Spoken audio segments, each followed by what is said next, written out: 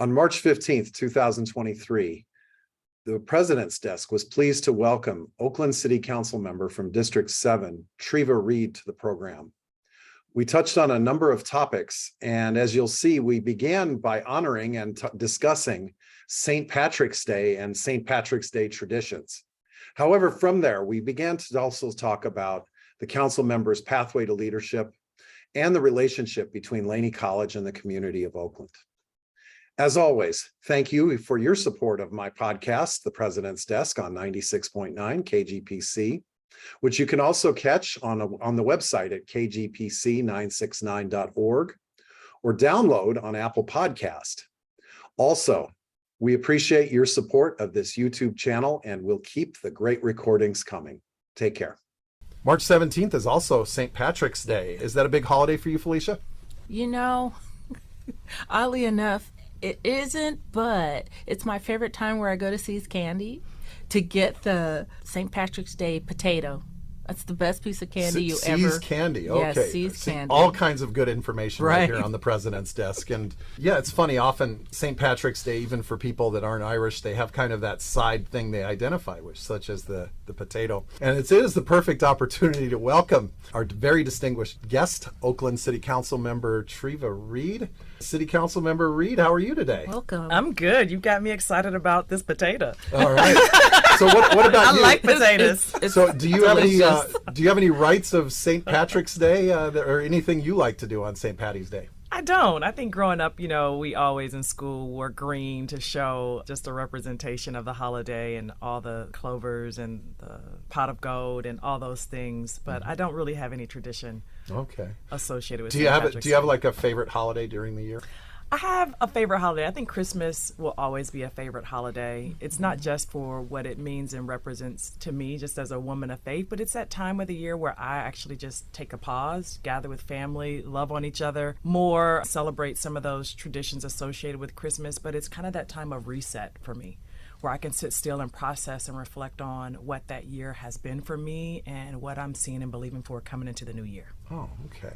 Nice. And then I would add Juneteenth. I'm excited that it's now a federal holiday, and that's exciting. And it's exciting to see that it's not something that's just being embraced within the Black community, the African American community, but it's something that we're seeing that people are starting to uplift and encourage and empower just the support and the representation of what that means for us in this country. And it is great to see our communities kind of have things like Juneteenth that seem to take on or grow their own wings to fly even higher in the sky, which is often great. I love it. And now all the retailers are plugged in, so we can actually... There we go. Exactly. Right. Now you can buy see it everywhere. Shoes. Everywhere. I swear. Absolutely. And of course, sponsorship opportunities are always available for the President's Desk, right? Right, Felicia? Yes, yes. So anyway, Councilmember Reid, I've had the pleasure of just interacting with you in several different venues right here in Oakland, but kind of getting ready for the interview today, I pulled up and I saw that you are council member for District 7. Yes. And go East Oakland. I was about to ask where that is. East Oakland. Okay. It's from the Coliseum area over to the San Leandro border. Okay. From the Oakland Airport up to the Oakland Zoo. I can give you some street lines if you get into the neighborhood, but certainly like around 82nd and East Oakland Youth Development Center at EOYDC is one of those fine lines of where we start within the community. But it's one of the most resilient areas of the city. It's certainly a part of the city that has carried significant weights of struggle. Historically, it's a community of primarily Black and brown Oaklanders who have experienced some of the deeper aspects of trauma, and during COVID have just risen through a level of resilience that I have witnessed and have gotten to champion for this community to come through with increased resources, investment, and response to things that they've long demanded. So there's a lot that I could tell you about Deep East Oakland, but we go deep for each other, and I am on council to make sure that we deeply serve this community that has certainly long felt forgotten and not having a seat at the table. Absolutely. I have to ask, you mentioned COVID. It obviously, as an educational leader, I see things as we now kind of come into this new normal, if you will. In your position, just from your constituents, what are you noticing as we come out of the pandemic? I mean, the pandemic is like this persisting pandemic. We're not Yes. quite feeling as if we're coming out. When you think about just those that I represent in the city, and so I serve all of Oakland, but I am elected to one particular area to serve as their elected council member. The district had the highest rates of death, diagnosis, and hospitalization. We have some of the highest unemployment rates. And so when we talk about the city and the region being at 3% unemployment, the area and the zip codes that I serve, we have unemployment rates as high as 15 and 16%. And so when you talk about workforce programs and opportunities to engage our youth and families and where we can more deeply invest in these hiring blitz and building a pipeline, a workforce, that is an area that I'd like to see just more intentional efforts drawn to that part of the city. We're over 50% Latino. We're nearly 30% African Americans, one of the largest areas of the city with our African American community. And so I'm looking to see how do we partner to make sure that that part of the community is plugged into Peralta, into this pipeline of job and workforce training programs and developing their skill sets and helping them to leverage that skill set with a workforce of opportunities that is certainly looking for more labor right now to deliver. Is there a particular industry that seems to be speaking to you more than others in terms of either wanting jobs or seeking people to hire? Oh, that's a great question. I mean, we just had an economic summit, and honestly, I can't think of one particular segment because what came out of that is that there's a shortage of labor for nearly all sectors. Certainly, we have a lot of logistics. The airport is in our community. We'd love to see more tech, biotech, and just that level of training and development for our students to grow into. They're wanting to use more technology. They want to see more opportunities for them to grow in entertainment, and music, and fashion. And so even looking to see how do we create and film. Certainly this is a generation that's just been heavily involved with different aspects of media. And so I think that is certainly an opportunity that we can bring more programming and training and development into East Oakland and citywide. So how long have you been on the city council? I was elected November 2020 and was inaugurated January 4th, 2021. And so I was elected for a 4-year term. What was the inauguration like? That's such a unique experience that not a lot of people get to go through. What was it like for you? It was special. One, it was virtual. It was the first virtual inauguration that the city has held. And it was also special in that I was elected to serve in the district that my father previously served as the longest standing council member. He served District 7 for 24 years, and prior he was deputy mayor of Oakland for 8 years. And so what's your father's name? His name is Larry Reid. Okay. Wow, talk about carrying on a legacy. Wow. Right. Incredible legacy. And so at my inauguration, and at our inauguration, there was an opportunity for the outgoing elected official to speak and for the incoming elected official to speak. And so to be in that moment, sitting in my father's office as he was coming out and I was coming into that, and both of my parents were there, I felt the weight of that moment. I had run for nearly 30 years from wanting to even get in position to run for office. And so it was just one of those moments of awe and appreciation and gratitude, knowing I was exactly where I was supposed to be and honored that the voters elected me to serve. Whether it's students or our employees, certainly social issues are on the forefront of a lot of discussions. We have a great political science program. We also have our student journalists and just a number of other programs full of students and even perhaps employees who might be kicking the tires on politics in the future. So Come on in the room. So I have to ask, if someone were going to run for office, what advice would you give them? First, I would share a quote from Shirley Chisholm. This is Women's History Month, and Shirley Chisholm is one of my sorority sisters of Delta Sigma Theta sorority, and she's also someone that's inspired me. And there's a quote that she shared that said, "You don't make progress by standing on the sidelines, whimpering and complaining. You make progress by implementing ideas." And so I want to encourage those who are looking at the issues that are impacting us incredibly in this season of our lives. Rise up, get in the game, take a step forward. Someone encouraged me not to be a political tourist, meaning being around a lot of the activity that was taking place, but being like this rim hugger, just sitting on the rim, looking and watching. And I just want to encourage you that if this is something that you're considering, get in. Get plugged in with programs like I got involved in Emerge California. It's a program that helps to train those self-identified Democratic women to equip, to educate, to empower, to bring them alongside of an amazing network. And they are just a force to reckon with great success in getting women elected at every level. And then there are programs like Bawapa Tayo, Black Women Organized for Political Action. And this may all be geared more towards women. There are programs out there for men.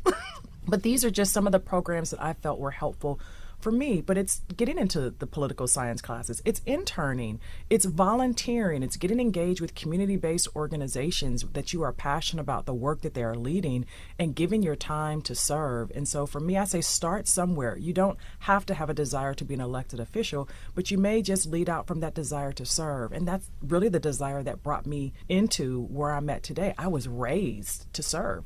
I'm one of the oldest grandchildren of my father's 10 siblings of 130 plus cousins. And so we learned to serve from our house to the church to the community because we had to get out and get stuff done. My great grandmother, MMA Reid, really modeled that for us. Her political activism, her being a voting precinct captain at that time in Ohio, and really engaging my father as her oldest grandchild to come alongside her, really modeled the way for us to really champion social justice initiatives and advocacy and activism that could really transform our lives and that of our community. So amazing to be talking with City Councilmember Treva Reid right here at the President's Desk on FM 96.9 KGPC.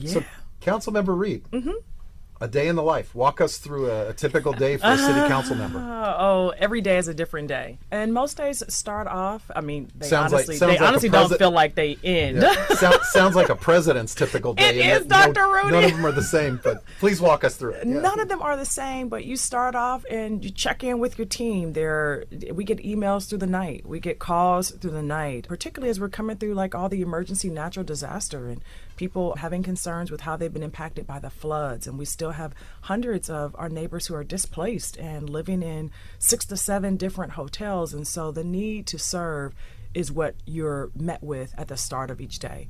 And then it's prioritizing how do you respond to those needs and how do you make sure that the team members in their delegated roles are following through and have the guidance to navigate and to know what city staff or other agency partners or community leaders to connect with. But I start my day with prayer. I go into each day with just praying and seeking wisdom about what to do with these issues, because even though they may seem similar, everyone's impact to what they are experiencing is personal for them. And so I don't come with a cookie cutter approach about how we approach them. I really try to come with empathy and compassion and this, what I call a strategy of leading with love. So hearing the issue and then responding and knowing who to connect with to get it done. Because that's what they want. They want action, they want accountability, and they want results, whatever that issue is. I meet with my team. We're back at City Hall. City Hall is open. We encourage you to come out to our council meetings. We just had our first in-person council meeting yesterday in City Council chambers, the first in-person meeting in 3 years. And so I am out there every day working to get my community especially to the table, encouraging them about what we're doing, what the updates are, what the action alerts are as we're going into the budget season, where I want to make sure that our community is at the table. And so right now there are a lot of conversations regarding the budget, to hear budget priorities that we want to propose and uplift to the mayor and for council members' consideration. Councilmember Reid, I hear that there are a lot of new development projects that are happening in East Oakland. Well, there's some, like, for example, what's going on at the old Eastmont Mall. And are there some projects that you're enthusiastic about that you feel that are going to be reinvigorating the community? One particular project outside of Eastmont Mall, the Black Cultural Zone, is doing just an amazing job with how they have taken the city-owned property and they are leveraging it to make it a space available for Black and brown small business entrepreneurs. If any of our students and community here are listening, I encourage you to get plugged into the Black Cultural Zone, the events, the activities, and the opportunity for you to expand your small business through that marketplace and the housing development that's coming coming up. The larger marketplace that's being developed is exciting. And there's another project that we are working with in an exclusive negotiating agreement with the African American Sports Entertainment Group, where we are looking to lease or sell our portion of the Coliseum area. It's 100 plus acres to be developed. The A's are in negotiations, or actually they're in the process of purchasing the 50% of that property through the county, and we have 50% of this undivided parcel that we are negotiating with this entertainment group. And one of the things that they propose is working to get the WNBA here. And so I served on the Joint Power Authority that actually agreed on a 5-year term sheet for that organization, AASEG. If they can get the WNBA, that's something that we can see more immediate. But it's going to take years to develop out that site. But the vision of bringing 30,000 jobs in that site into Deep East Oakland and creating community ownership pathways and the entertainment, the hotels, the sports and entertainment that can come in that site, I think will just uplift where we're looking to revive the city from east to west Oakland. Well, Councilmember Reid, one thing I can tell you is the appetite for women's basketball, at least on the Laney campus, is great. Our Lady Cagers actually made the state semifinals. Come on! And on Saturday, or 2 Saturdays ago, they won their first round game against San Jose City College. Then last Saturday played very valiantly at Santa Rosa Junior College, although ultimately the score at the end favored the other team. But I would say that I attended probably 6 of their games, and even just the regular season games on a weeknight, we had good attendance numbers at the Laney Gym. So if nothing else from our college campus, I think there will be some interest.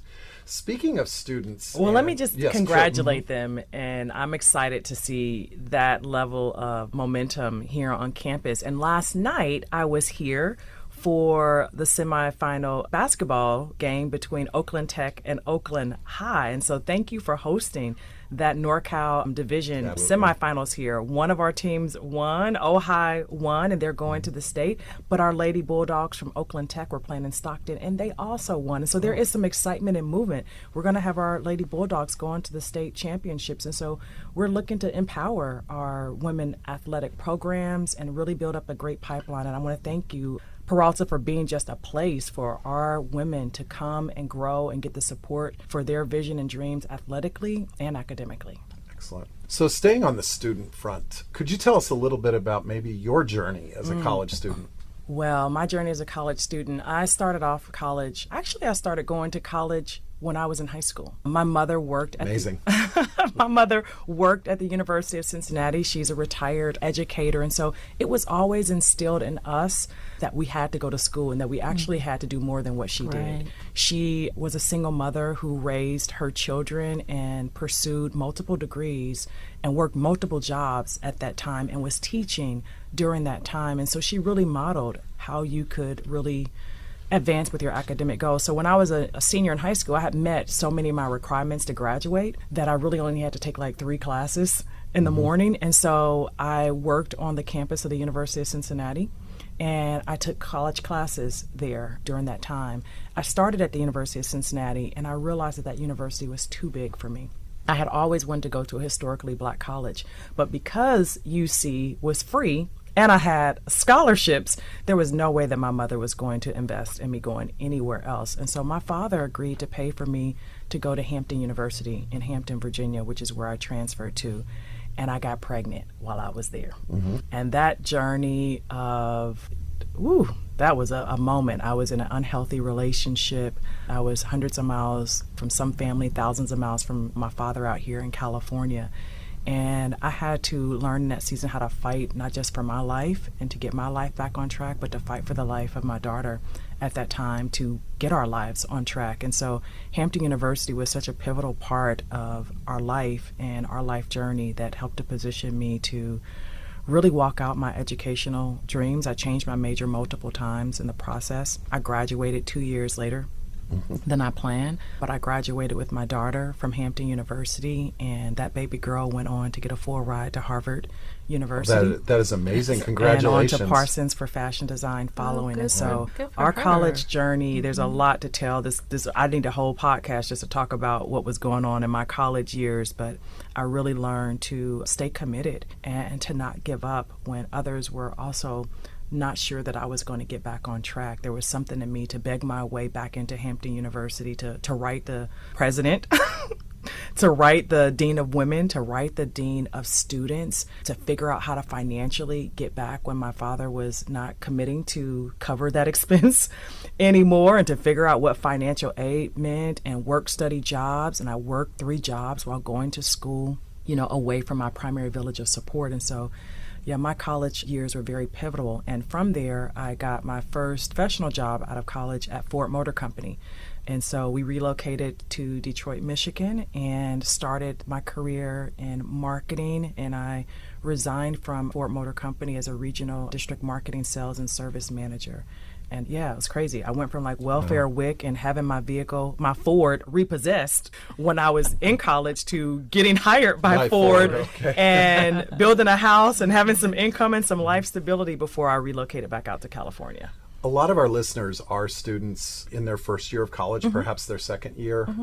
As they're listening and getting probably energized by your inspiring story, they might be saying, wow, as a college student, if I'm interested in politics, what classes should I take? Is there a class out there, and you don't need to know the number or the code or anything like that, but is there a class you would say, go take it? Absolutely. I mean, I think just the basic class, whatever your intro to politics is, like, what does it mean? So poli-sci 1. Poli-sci 1. I was a political science major, and I changed my major. And that's a whole nother story of why I changed my major, because I really didn't believe that I would ever get into political science with some life choices that I had made that I felt brought great shame and condemnation. And I never wanted that story to come out from what I understood could be vetted as a politician. So I changed my major from poli-sci. But I believe that those intro classes are good classes to get in there. And I think with those classes, it's important to get an internship, work on a campaign, work for an elected official, serve at one of the municipal levels as a volunteer, just to understand more about what it takes, because serving in politics, it comes with great cost and sacrifice. On campus, any extracurricular or clubs or anything you'd recommend as something good to take on? Back then, I was like president of my dorm at Hampton University, and so I think anything, you know, I mean, it's you don't have to be like the president of like the Democratic Club on campus. You could show your leadership in the areas that you have passion for. And I think that's what's important. I think being what I consider myself more of a servant leader, it's getting engaged and involved on the issues and the organizations that are aligned with your passion and your commitment to show up. Like, I fight for families out of that deep living well of what I have endured. I fight for families who've lived the deep trauma of having lost a loved one, as our son Brandon was murdered in 2013. I fight for families like me who've lived housing instability, where I grew up living 20 to 30 deep in a 3-bedroom, 1-bath, and house hopping from one home to the next. I fight for families like me who have food insecurity, where we were relying on welfare and WIC and those boxes of cheese and milk and cereal being dropped off at our door. Like, I fight for families who've had their business doors closed as a small business owner myself, and our family having small businesses here that have not all sustained, while we do have one that's been here for more than 15 years. And so I say you've got to get plugged in where there's just this deep well of what you're living, what you're experiencing. Get involved in leading in those clubs and those organizations on your campus. And I don't know all those clubs here, but show up and begin to develop your leadership skills in the safe place of those organizations that are aligned with your values and your goals. And from there, I think it will propel you to lead out more politically and in community at a more visible area to influence and impact those decisions.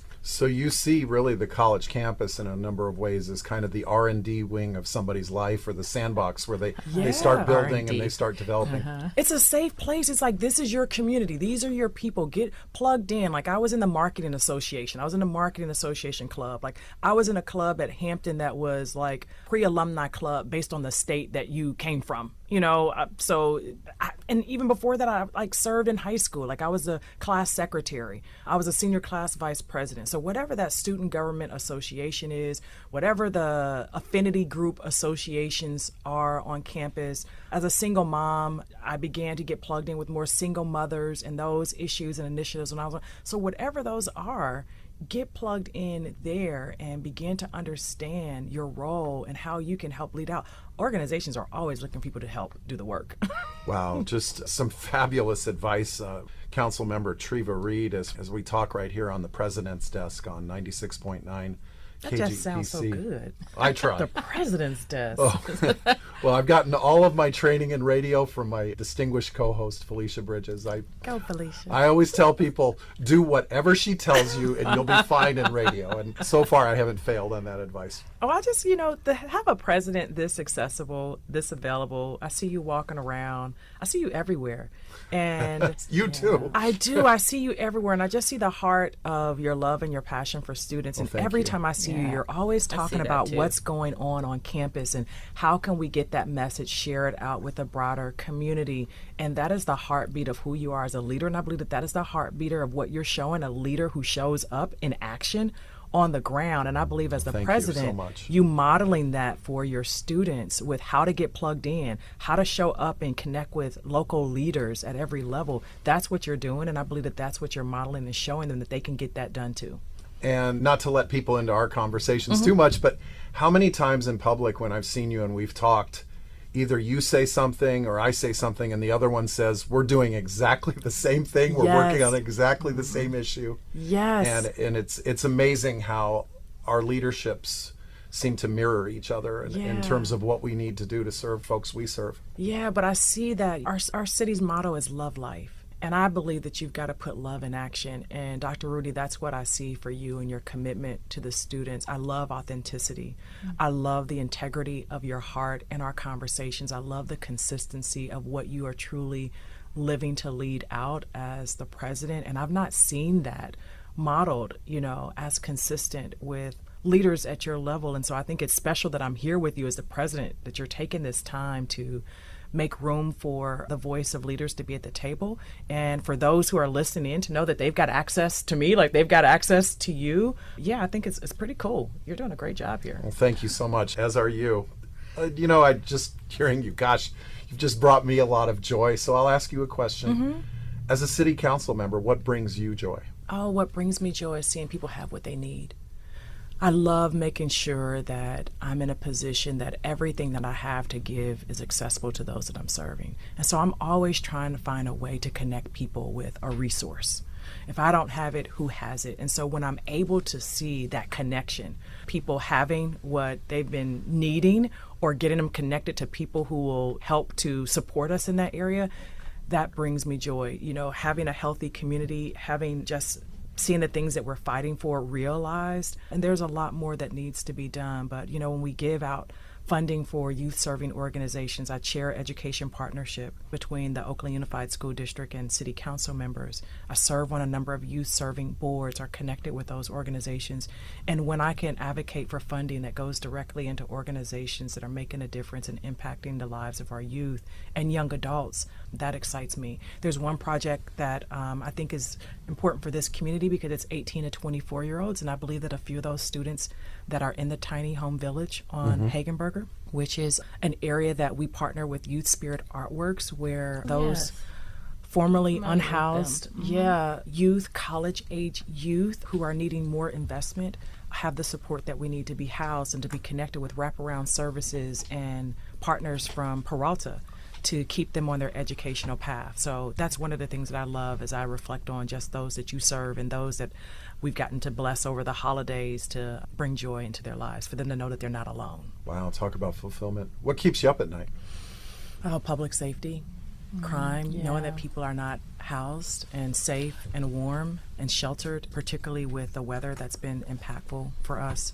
Having lost a son to gun violence and hearing just the ricocheting of the sound and the noise around me where I live in East Oakland, it really pierces my heart to know that people's lives are being impacted and people have lost loved ones, and that deep trauma of what it takes to heal through that is something that I feel the weight of. Yes, I can definitely imagine that, having been a longtime resident, although I don't live in Oakland anymore, but I Come can back, I can see Felicia. those concerns. Before we wrap up your interview, I just want to ask you this one question, because my father was an important figure in my life. And I just want to know, since your father was even a former council member, what advice did he give you? Well, the first thing he told me was, don't run for office. But he always told me to continue to be who I am. My father is one of my greatest champions, and I think he wanted to encourage me to never lose sight of who I am and who God called me to be, and to trust that which is in me to lead from that well, to not politrick, to not getting engaged with the politics of it, and not lose sight of the people that I'm called to serve, and making sure that I never compromise the will of the people and what they've put me in the seat for any personal gain. And that is true to who I am and the values that I live and lead by anyway. And so, yeah, I'm so grateful that I was able, Felicia, to watch him lead for 50 years of my life and sacrificing so much to serve other people. And yeah, it's a blessing. Right.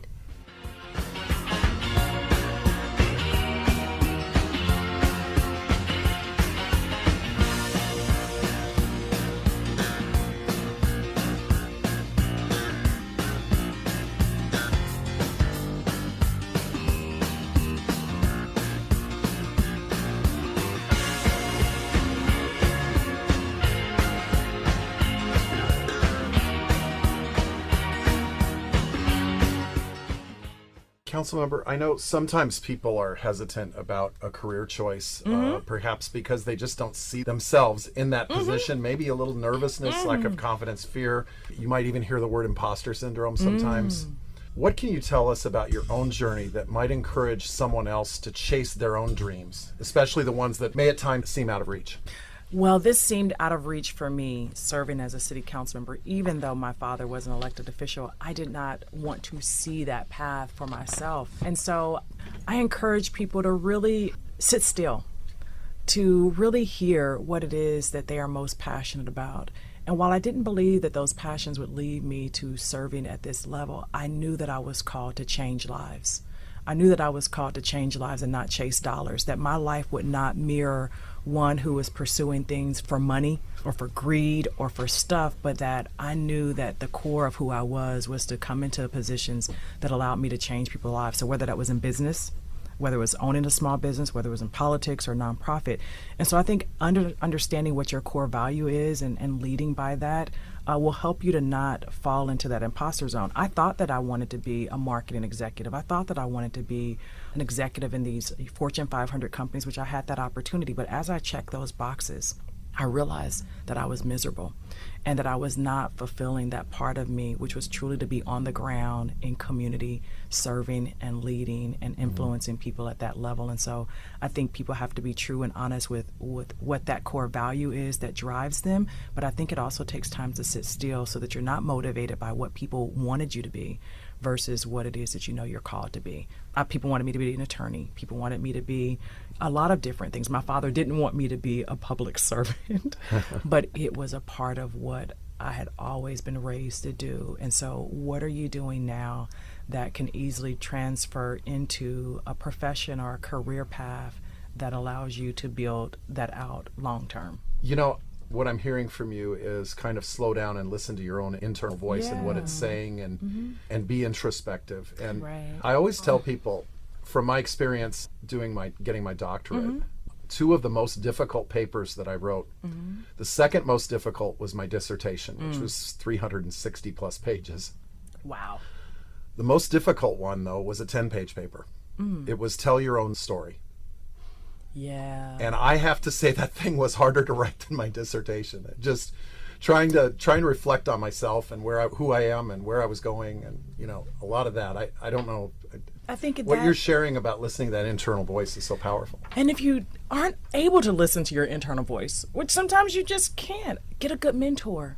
Plug in with a mentor, plug in with a program or something that would allow you to take those kind of assessments, like your gift assessment. Maybe you don't even recognize your gift. Maybe you come from a family where you've been shut down so much you don't even know what you're good at. And so I think getting into a healthy environment here on campus that allows you to take that assessment and look at yourself through an organization that allows you to do that assessment, or through some online tool that says, what do I like? What am I good? What are my gifts? And then maybe that helping to guide you into where you might want to intern or maybe just take a job. Like I worked a lot of of different jobs to figure out what it was that I had more interest in and what I did not have interest in. Like I started off as a Santa's helper in retail. I did some jobs. I worked at the bookstore. Like I had a lot of different jobs and internships. And I think that also helped me to say, I like that, that I am not that keen to. Well, Felicia, I can neither confirm nor deny the rumor that I actually have been Santa on multiple you've been occasions. Santa?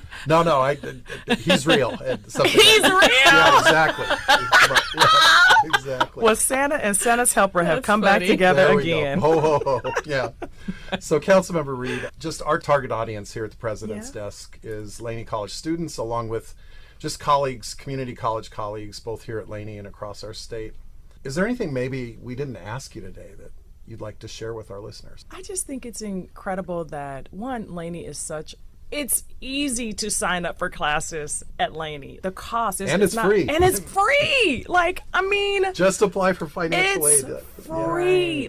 And so I think because it's free and you may not know what it is you want to do, you may not have had that village of support, or you may just be trying to figure it out. Start somewhere.